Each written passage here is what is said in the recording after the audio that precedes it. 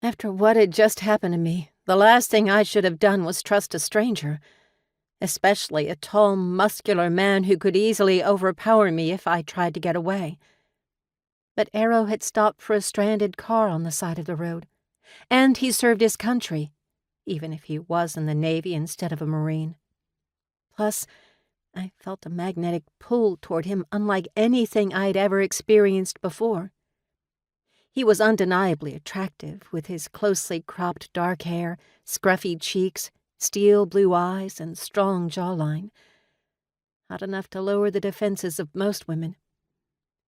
But it was his steady gaze and the concern in his deep voice that convinced me to go with my gut and trust him.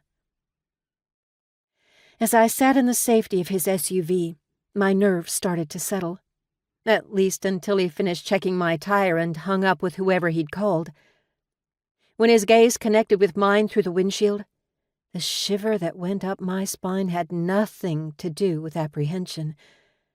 My reaction was entirely due to the attraction I was feeling.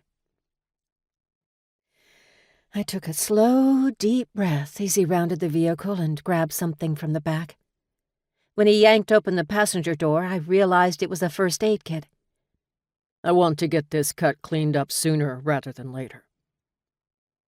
Thinking about how awful I must look between the punch I had taken and all of the crying I'd done, I ducked my head and mumbled, "Yeah, that's probably a good idea."